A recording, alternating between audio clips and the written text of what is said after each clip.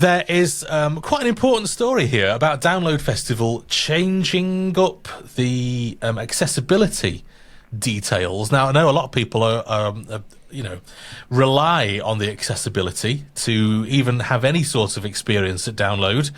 I know, Rich, you were one of the accessibility customers. Now, do you want to take us through the more interesting points of the changes here? Yeah, of course. I was really concerned when I first heard about these changes, even though last year was, for want of a better phrase, a shit show for accessibility customers. Yeah. However, Download have partnered up with Nimbus Disability and Access Card, which are a nationally recognised scheme, which it all links back into one central database. Access Card, you get a little card you put your on, it gives you kind of the additional needs that you need printed on the card. It just means that now this company can share those details with other companies, and I've noticed more and more like arenas and stuff have been signing up to these over the past 6 to 8 months. So it's a sort of standardised scheme. So it's almost getting standardised now across the board, which is really, really good. So as I'm an Access Card holder, all I had to do was literally put my name, address, my membership number for Access Card scheme in, click submit. Obviously it says where you're camping and all that and what other stuff you need, but there was no more kind of having to resupply details and confirmation of your eligibility for it, because it's all stored by Nimbus. And then it was literally 2 or 3 days later I get an email back telling me that I've got everything I've asked for. No issues, happy days. And you think about the stress I had last year running up to the festival, and it's just gone absolute full circle. It seems, on the face of it, that the actual processing of the eligibility and access data is now, as it's done centrally, it's going to be much, much smoother. Obviously, they've still got stuff to sort out on the ground, so to speak. But this is a really, really positive step forward, in my opinion. And I think it makes that whole getting that access which you need if you want, if you want to get to the festival and enjoy it as anybody else could who was fully able-bodied. Yeah. It's taken away that little bit of stress. This is great, and if everybody across the country signs up to this scheme, then life gets a lot easier. So aside from it just being easier to register, the fact that you're eligible to get the accessibility ticket, what does the scheme provide? So the Access Card costs, there's a small charge for a 3-year period. Or if you don't want a card, you can sign up via each venue's individual thing for the digital pass just for that particular venue or event, which is free.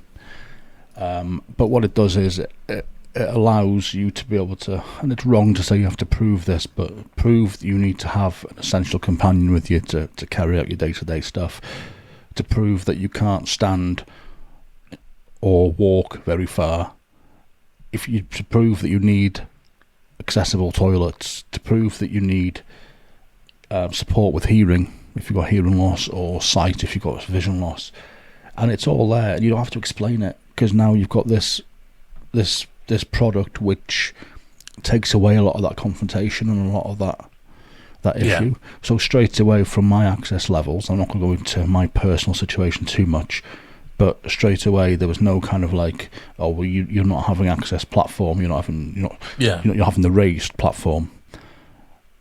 Whereas I've got that because I cannot stand or walk very far. Mm-hmm. Now I know there has been some discontent because there's going to be 2 platform areas, or viewing areas should I say. One is the raised platform, and the other one's going to be a level access viewing area closer to the front, allegedly, where it's going to be kind of more for you can get in, but you need your own space. So one of the big problems last year with the access platforms was overcrowding.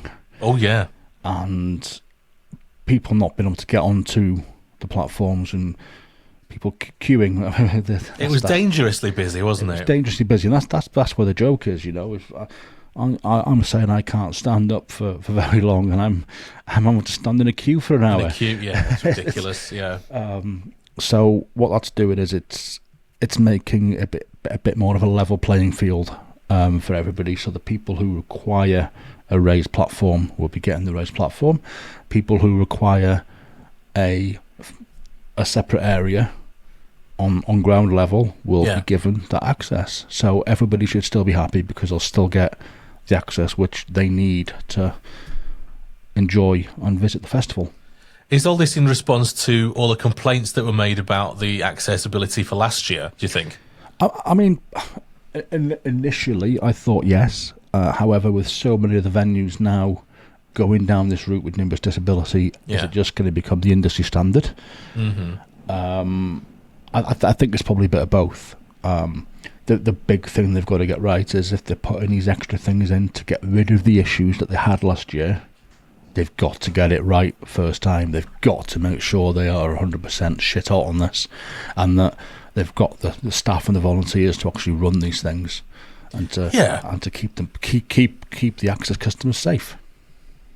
Yeah, I think it takes a certain level of knowledge and training to stand. I mean, I don't reckon it's just a sort of regular steward's job, is it? Just to stand on the disability platform. I think they need more training than just the regular standard sort of thing that they get. They usually have volunteers from Oxfam, I believe it is, who man the platforms, and then they stick a member of the regular stewarding or security team on with them to kind of give them that bit more authority. But the volunteers who run it, they do a bloody hard job. It's a thankless job and difficult circumstances, and putting themselves in harm's way sometimes, which was what I saw last year.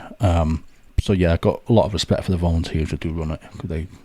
They need more of them, and they need more protection as well from paid stewarding and security. Absolutely, yeah. All the support they can get, really, because, like you say, it's a thankless job. But hopefully the changes that have come in will lead to, I mean, hopefully it'll just demonstrate a better commitment to helping people who need the accessibility options, because they're paying customers as well. Exactly, and it's just making everything accessible and available to everybody. So any improvement in an access scheme is only going to be a good thing. And even if this runs perfectly this year, there's still things that could be changed to make things better the following year and the following year. Yeah, I mean, I don't know anybody personally who stays in the accessibility, the camping areas. So I can't speak on how those have improved or not. But if you have used those facilities, I'd be very interested to find out how your experience is with those, how it was last year, and what you'd like to see going forward. We would be very interested to hear those stories. So do get in touch with us if that's you.